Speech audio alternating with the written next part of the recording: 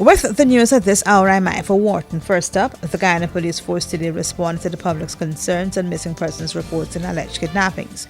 The force's public relations department said it noted the concerns on social media platform Facebook, but said it was refuting allegations that the issues were not getting the full attention of the force. The police report added that in order to bolster its capability in relation to missing persons reports, it has established a missing persons unit. That unit is located at the headquarters of the Criminal Investigations Department headquarters and has specific responsibility of assuming the lead role in investigating such matters. The force said a recent Facebook post which claimed that there was an attempted kidnapping of 2 females in the city proved to be false. The Guyana Police Force is reiterating that it has received and has been dealing professionally with recent reports of missing persons, but none of kidnapping. There has been a promise by head of the force's public relations department to provide the media with statistics on missing persons reports filed and the status of those cases. Rondell Bakhus, called Kayla, suspect in the murder of Ricardo Fagundes, called Paper Shorts, or Paper, has been released on $100,000 station bail following the serving of a habeas corpus writ on the Guyana Police Force. He is, however, expected to report to the police on specific days as investigation into the murder continues. The police has said Bakhus, who was a suspect in Fagundes' death, was being kept at the Brickdam lockups. His 72 hours behind bars without a charge being laid against him came to an end today.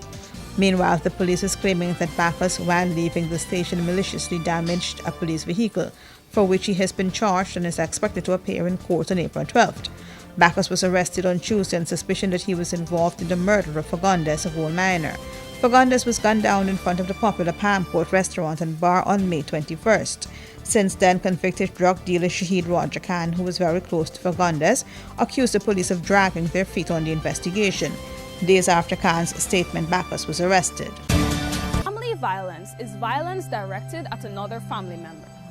It can be physical, verbal, sexual, and more. Family violence leads to despair, destruction, and death. It can happen to both men and especially women from any background.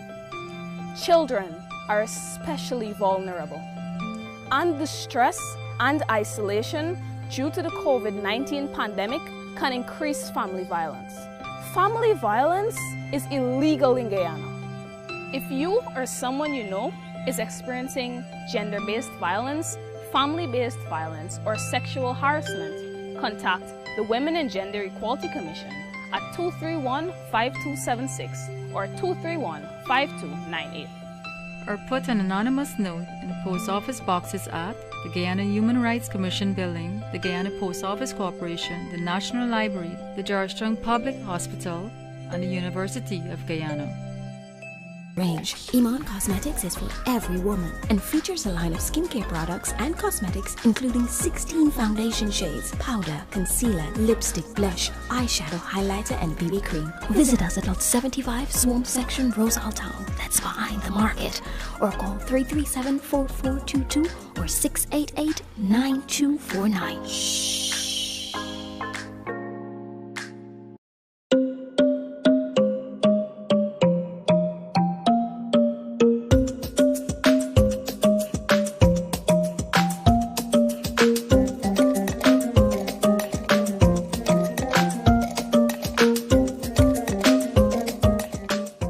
The Lucia Volcano has erupted on the small island of St. Vincent and the Grenadines, spewing smoke and ash into the sky. Before today's eruption, the Rav Gonzalez-led government had moved to evacuate thousands of residents from small communities in close proximity to the volcano.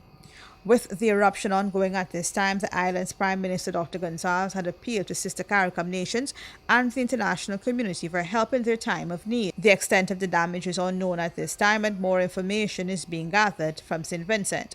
The last time the Lucia erupted was 1979.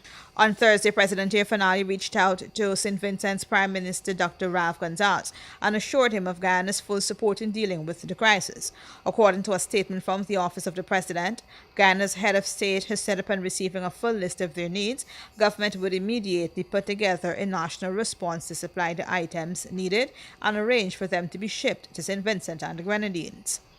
Today, too, the opposition APNU-AFC coalition has said it will support efforts to accommodate Vincentians affected by the eruption of the Lucia volcano on the island.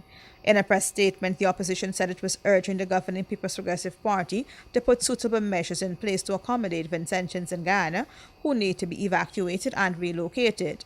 According to the political party, Guyana has always been a vanguard in providing assistance to CARICOM nations in time of difficulty or need. Further, the opposition said it stands ready to support appropriate and necessary initiatives and measures to provide assistance to those affected. Regionally, the Jamaican Observer News has reported that St. Vincent and the Grenadines Prime Minister Dr. Ralph Gonsalves cried openly at a press conference today, during which he updated his citizens on the progress of the evacuation exercise following an explosive eruption of the Lucia Volcano. Gonsalves first burst into tears when he was addressing the issue of members of the population who have already received their COVID-19 vaccination being moved by ship to other Caribbean islands, while those waiting to be vaccinated being held for at least 2 days before being evacuated.